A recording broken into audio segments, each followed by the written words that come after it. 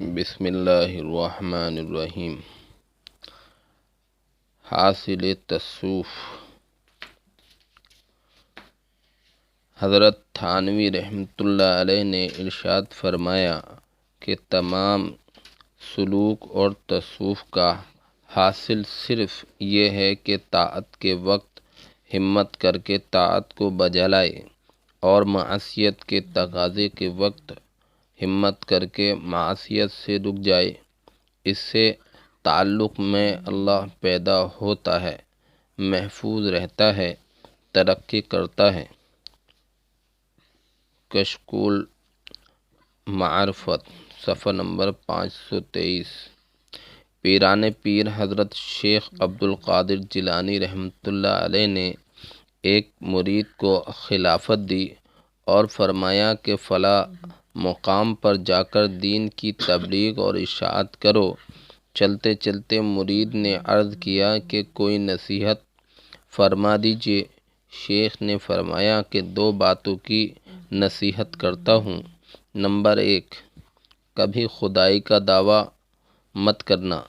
Number 2، نبوت کا دعویٰ نہ کرنا۔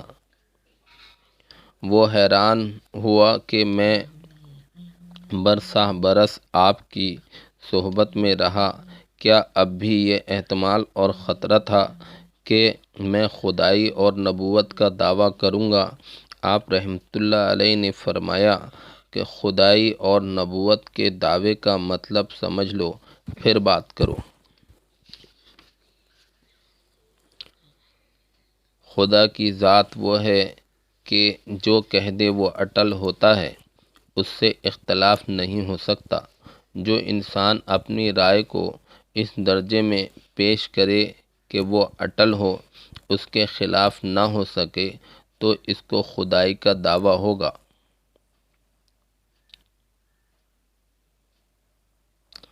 اور نبی وہ ہے جو زبان سے فرمائے، وہ سچی بات ہے، کبھی جھوٹ نہیں ہو سکتا۔ جو شخص اپنے قول کے بارے میں کہے کہ یہ اتنی سچی بات ہے کہ اس کے خلاف ہو ہی نہیں سکتا، وہ در پردہ نبوت کا مدعی ہے کہ میری بات غلط ہو ہی نہیں سکتی، حالانکہ یہ اس کی ذاتی رائے ہے۔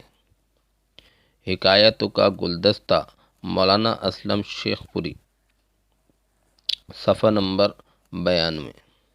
اللہم لک الحمد و لک الشکر۔